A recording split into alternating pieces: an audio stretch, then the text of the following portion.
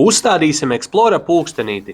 Šajā video mēs uzstādām XGO3, taču arī X6 Play modelis uzstādās tieši tāpat. Paņemiet rīku, ar ko attaisīt SIM-kartes nodalījumu. LMT un arī citi operatori piedāvā lieliskus pieslēguma plānus tieši bērniem, taču šī video nolūkos izmantošu papildināmo LMT SIM-karti. Jums vajadzēs atdalīt nano SIM-karti, ielikt to SIM-kartes nodalījumā un tālāk ievietot to Explora pulkstenītī, kā šajā video.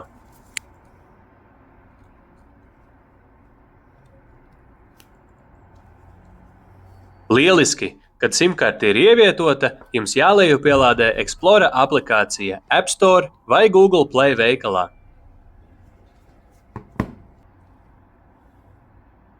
Ja šī ir jūsu pirmā Explora ierīce, jums būs jāizveido jauns konts.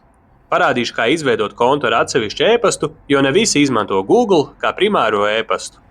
Atzīmēju, ka piekrītu lietošanas noteikumiem un vēlos saņemt jaunumus. Ja nevēlaties, jūs varat otro ķeksīti neatzīmēt. Ievadu savu e-pastu un, protams, apstiprinu, ka es neesmu robots.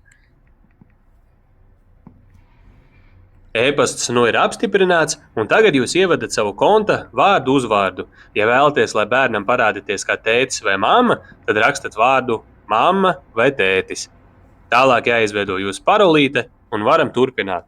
Spiežat uz lauciņa Add a Device un atļaujiet aplikācijai izmantot jūsu ģeolokācijas datus un sūtīt jums paziņojumus.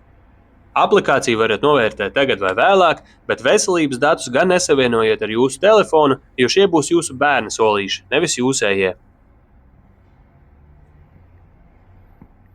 Biometrisko verifikāciju aplikācijas pieejai varat izveidot vēlāk. Tagad pievienosim Explora ierīci. Šeit jums tiek prasīts ievadīt jūsu telefona numuru. Jūsu telefona numuru, nevis Explora pulkstenīša numuru. Ievietojiet to, apstipriniet, ka neesat robots un turpinam tālāk.